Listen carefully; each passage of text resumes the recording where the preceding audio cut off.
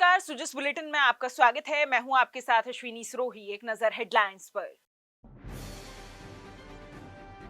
मुख्यमंत्री ने ली डिस्कॉम्स की समीक्षा बैठक। गर्मी के मौसम में आमजन को सुनिश्चित हो निर्बाध विद्युत आपूर्ति। विद्युत तंत्र के सुदृढ़ीकरण हेतु प्रभावी कदम उठाने के निर्देश। प्रदेश में 21 नेशनल हाईवे परियोजनाओं के लिए केंद्रीय सड़क परिवहन एवं राजमार्ग मंत्रालय ने दी स्वीकृति। लगभग 5,000 करोड़ की लागत से बनेंगे नेशनल हाईवे। चिकित्सा मंत्री ने की मौसमी बीमारियों के संबंध में समीक्षा। जांच, दवा एवं उपचार के माकूल प्रबंध करने के साथ बीमारियों से बचाव की पुख्ता तैयारियां करने के निर्देश। मुख्यमंत्री श्री भजनलाल शर्मा ने गर्मी के मौसम में आमजन को निर्बाध विद्युत आपूर्ति सुनिश्चित करने के निर्देश दिए हैं। उन्होंने कहा कि डिस्कॉम्स के अधिकारी बिजली आपूर्ति की सतत मॉनिटरिंग करें और लाइनों में सुधार, ट्रांसफार्मर और जीएसएस स्थापित करने से संबंधित कार्यों को समय पर पूरा करें। साथ ही डिस्कॉम्स बिजली छीजत घटाने को प्राथमिकता देते हुए इसे न्यूनतम करने का लक्ष्य प्राप्त करें। श्री शर्मा बुधवार को मुख्यमंत्री निवास पर जयपुर, जोधपुर और अजमेर विद्युत वितरण निगमों की समीक्षा बैठक को संबोधित कर रही थी। उन्होंने कहा कि डिस्कॉम्स उन ग्रामीण क्षेत्रों में विद्युत तंत्र को सुदृढ़ करें जहां गत वर्ष विद्युत आपूर्ति सुचारू नहीं थी। टीएनडी और टीएनसी लॉसेस को न्यूनतम करने के लिए फीडर्स लेवल मॉनिटरिंग की जाए। साथ ही खराब मीटर्स का रिपेयर और रिप्लेसमेंट सुनिश्चित किया जाए।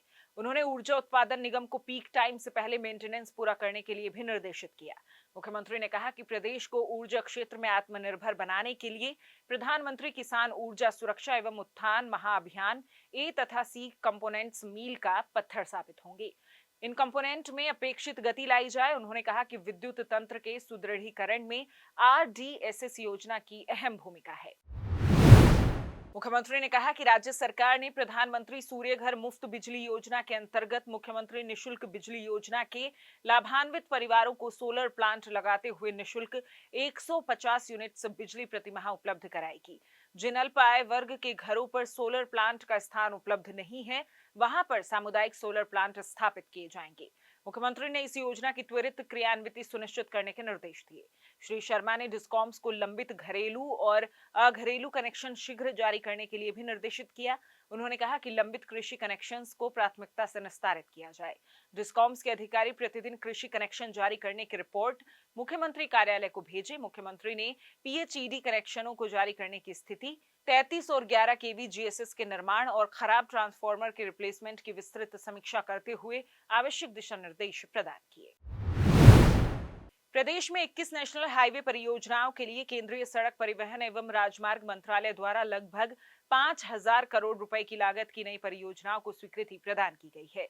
इसके तहत नागौर नेत्रा सड़क के 4 लेन का कार्य, Raipur Jasta Kheda, Gangapur city bypass, Karauli bypass सहित विभिन्न सड़कों का निर्माण सार्वजनिक निर्माण विभाग द्वारा करवाया जाएगा।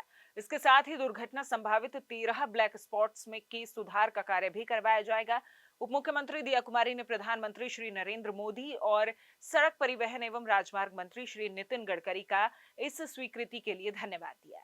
उप मुख्यमंत्री ने कहा कि मुख्यमंत्री श्री भजनलाल शर्मा के नेतृत्व में प्रदेश की डबल इंजन सरकार विकास के नए कीर्तिमान स्थापित कर रही है। गत वर्ष में राज्य योजना में सड़क, पुल, आरओबी, आरयूबी निर्माण हेतु 12,620 करोड़ रुपए व्यय किए गए, जो कि अब तक का सर्वाधिक है। उन्होंने बताया कि इस वर्ष सड़क विकास के बजट में ऐतिहासिक वृद्धि करते हुए 17,384 करोड़ रुपए का प्रावधान किया गया है। खबरों का सिलसिला यूं ही जारी रहेगा, लेकिन उससे पहले देखिए ये संदेश। राजस्थान के जन जन और कण कण को समर्पित राज्य बजट 2025-26 जो है प्रदेश का पहला ग्रीन बजट। प्रधानमंत्री श्री नरेंद्र मोदी के विजन और भजनलाल सरकार के संकल्प को साकार करने वाला यह बजट युवा, महिला, मजदूर और किसान का करेगा उत्थान और प्रदान करेगा देश प्रदेश के विकास को गति। प्रदेश की इकोनॉमी को भजनलाल सरकार 350 बिलियन डॉलर इकोनॉमी में बदलने के लिए है कटिबद्ध। 8 करोड़ राजस्थानियों की आकांक्षाओं को पूरा करने की दिशा में यह बजट आगामी 1 वर्ष में सुनिश्चित करेगा 1.25 लाख सरकारी पदों पर भर्तियां और निजी क्षेत्र में 1.5 लाख रोजगार। प्रधानमंत्री किसान सम्मान निधि अब होगी प्रतिवर्ष 9,000 रुपए। लखपति दीदी की श्रेणी में लाई जाएंगी और 20 लाख महिलाएं। बुजुर्गों, महिलाओं और दिव्यांगों की पेंशन बढ़कर होगी 1,250 रुपए प्रति माह। राजस्थान बजट 2025-26 की बात निराली। हर गांव शहर समृद्धि और हर घर खुशहाली। चिकित्सा एवं स्वास्थ्य मंत्री श्री गजेंद्र सिंह खिमसर ने कहा कि मौसम विभाग के अनुसार इस वर्ष भी राजस्थान सहित देश के कई राज्यों में भीषण गर्मी और हीट वेव की चेतावनी दी गई है। इसे देखते हुए सभी जिलों में अधिकारी अलर्ट मोड में रहते हुए जल्द से जल्द आवश्यक तैयारियां सुनिश्चित करें। किसी भी चिकित्सा संस्थान में जांच, दवा और उपचार से संबंधित व्यवस्थाओं में कोई कमी नहीं रहे। किसी भी स्तर पर लापरवाही सामने आई तो संबंधित अधिकारी के खिलाफ अनुशासनात्मक कार्रवाई की जाएगी। चिकित्सा मंत्री बुधवार को स्वास्थ्य भवन में आयोजित उच्च स्तरीय बैठक में वीसी के जरिए आगामी गर्मियों में मौसमी बीमारियों से बचाव की तैयारियों सहित अन्य विषयों पर समीक्षा कर रहे थे। उन्होंने कहा कि राज्य स्तर से मौसमी बीमारियों से बचाव की तैयारियों की सतत मॉनिटरिंग की जाए। साथ ही राज्य स्तर से अधिकारी नियमित रूप से फील्ड में जाकर निरीक्षण करें। पशुपालन, गोपालन, डेयरी एवं देवस्थान मंत्री श्री जोराराम कुमावत ने बजट में स्वीकृत योजनाओं और कार्यों को 100% पूरा करने के अपने सभी विभागों के अधिकारियों को निर्देश प्रदान किए हैं।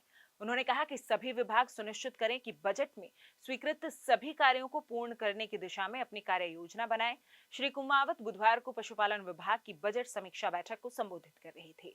उन्होंने मुख्य रूप से 2024-25 की बजट घोषणाओं की क्रियान्विति पर अधिकारियों से चर्चा कर संतोष व्यक्त किया कि अधिकतर बजट घोषणाएं समय पर पूरी हो गई हैं। साथ ही विभाग के पास कोई भी बिल लंबित नहीं है। मुख्यमंत्री मंगला पशु बीमा योजना की जानकारी देते हुए अधिकारियों ने बताया कि पिछली बजट घोषणा की अनुपालना में गाय और भैंस के लक्ष्य से अधिक पंजीकरण हो गए, जिसका लॉटरी निकाला जा चुका है। अब तक 42,000 हेल्थ सर्टिफिकेट जारी हो चुके हैं और लगभग 2,000 पशुओं का बीमा हो चुका है।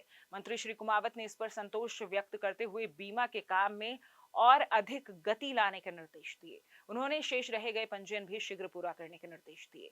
वहीं वर्ष 2024-25 की बजट घोषणाओं में स्वीकृत संस्थाओं के भवन निर्माण की समीक्षा करते हुए श्री कुमावत ने जल्द भूमि के पट्टे प्राप्त कर इस कार्य को पूरा करने के लिए भी निर्देशित किया। अधिकारियों ने उन्हें इस संबंध में प्रगति से अवगत भी करवाया।